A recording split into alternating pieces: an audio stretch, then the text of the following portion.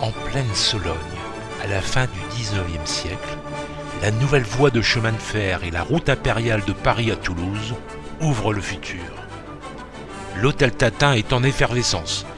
Les Parisiens descendent et louent toutes les chasses sur la motte Beuvron. Les chasseurs locaux viennent y tenir table quand ils ne sont pas dans les bois devant le gibier. Les deux patronnes qui tiennent l'établissement se forgent une solide réputation d'excellence dans l'assiette. Stéphanie, dite Fanny, et Caroline Tatin sont réputées et on vient de loin pour goûter leur gastronomie solognote. Et surtout, pour une tarte aux pommes chaude qui est la spécialité de la maison. Cela nous met en bouche. L'empereur Napoléon III a sacrément donné un coup de pouce à la ville en achetant le château en 1852. Il fait construire plusieurs bâtiments, dont la mairie actuelle, l'église ainsi que le canal de la Sauldre, reliant la ville à Blancafort. On peut dire que la motte Beuvron est commune impériale.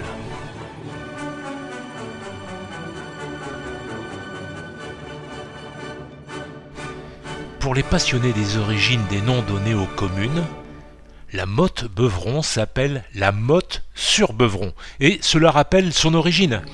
Une motte féodale établie près de la rivière Beuvron. Elle doit son nom à une motte de terre sur laquelle est érigée une modeste forteresse. Elle prend place au cœur de la Sologne, sur le Beuvron, pas loin de Blois et du château. Mais quelle est cette tarte chaude dont tout le monde raffole et vient ici à l'hôtel Tatin la savourer? La chic clientèle colporte de ci, de là, la délicieuse tarte chaude au-delà des murs de l'hôtel, en vantant son goût inimitable, son audace inimaginable et son délice savoureux pour clôturer un repas déjà bien fourni. Les sœurs restent discrètes sur leur recette, qui fait la renommée désormais de leur établissement, bien plus loin que les rues de la motte Beuvron. L'hôtel Tatin aura d'ailleurs l'honneur de figurer dans le premier guide Michelin, édité en 1900. Et on crée la légende de la légende au départ de cette légende. Aujourd'hui, on dit le buzz. Le patron du Maxims, Louis Vaudable, de passage chez les Tatins pour un repas de chasse, contribue à faire sortir cette tarte et l'invite à Paris. Il dit qu'il tiendrait lui-même la recette des sœurs Tatin, ou encore qu'il aurait envoyé un espion à l'hôtel Tatin pour observer le travail de Fanny. Mais les temps ne sont pas concordants, puisqu'il avait à peine 4 ans quand les sœurs Tatin ont pris leur retraite en 1906. En 1899, l'homme politique et diplomate Gabriel Hanotaux parle la première fois de la tarte Tatin dans un quotidien parisien. Et d'autres journaleux écriront d'eux-mêmes peut-être sans l'avoir goûté. Il faut attendre l'après-deuxième guerre mondiale pour que le dessert devienne un must de la carte de chez Maxims à Paris, avant de s'imposer en Europe, puis dans le monde entier, et faire la renommée des concours gastronomiques. Je sens que cette fameuse tarte aux pommes chaude vous allèche. Voyons de plus près l'histoire de cette merveille. Les parents des sœurs Tatin ouvrent l'hôtel Tatin, et les sœurs le tiennent de 1894 à 1906. Caroline arrive en cuisine en plein coup de feu, et constate affolée l'absence de dessert. La tarte est préparée à toute vitesse, posée carrément à l'envers dans le plat de cuisson. Les sœurs, n'ayant plus le temps, décident de servir ce dessert tel quel et reçoivent beaucoup de compliments sur la réussite de cette tarte. Erreur ou trait de génie? Les sœurs Tatin ont probablement amélioré une vieille recette et l'ont améliorée pour aboutir à un produit approchant de la perfection, si on en croit les témoignages enthousiastes. On tient un trophée local qu'on va exploiter délicieusement.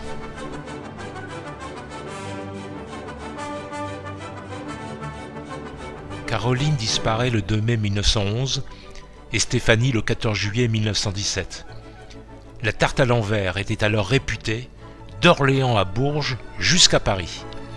Aucune recette n'est publiée du vivant des deux sœurs.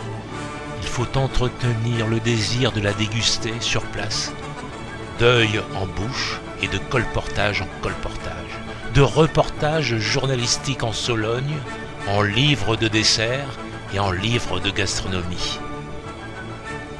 Il faut attendre quelques passionnés lamotois et défenseurs des produits régionaux soloniaux pour voir naître en 1978 la confrérie des lichonneux de la tarte tatin.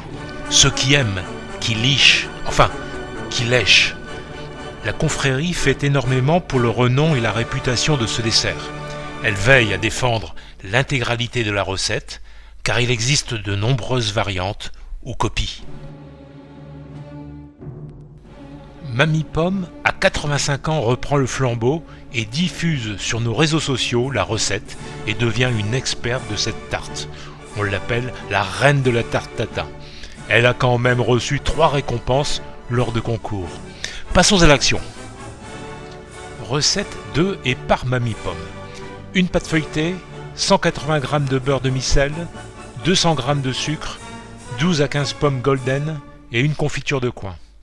Épluchez les pommes, enlevez le trognon et coupez-les en 2 dans le sens de la largeur. Réservez un trognon, ça veut dire mettez-le de côté. Dans un moule en cuivre placé sur le feu, faites fondre le beurre. Ajoutez le sucre et mélangez et réalisez un caramel. Une fois le caramel prêt, disposez les morceaux de pommes de côté en ne laissant aucun espace entre les fruits. Placez le trognon de pomme mis de côté au centre du moule pour la décoration. Faites dorer 30 minutes sur le feu. Laissez reposer 5 minutes. Déposez la pâte feuilletée sur les pommes. Rentrez les bords. Piquez la pâte de quelques trous à l'aide d'une fourchette.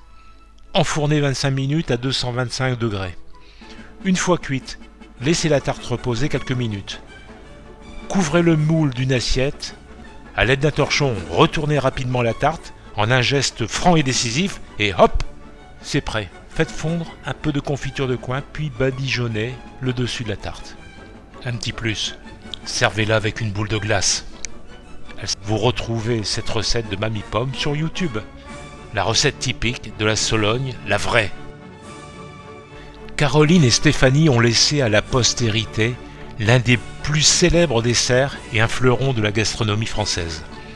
Aujourd'hui, la tarte tatin est célèbre non seulement en Sologne, mais aussi dans la France entière, ainsi qu'à Osaka, Montréal, Londres, New York et Pékin. En un mot, c'est un classique. Comme les lichonneux, on va lécher. Profitez-en pour visiter cette belle région de la Sologne. Et vive la mode Beuvron!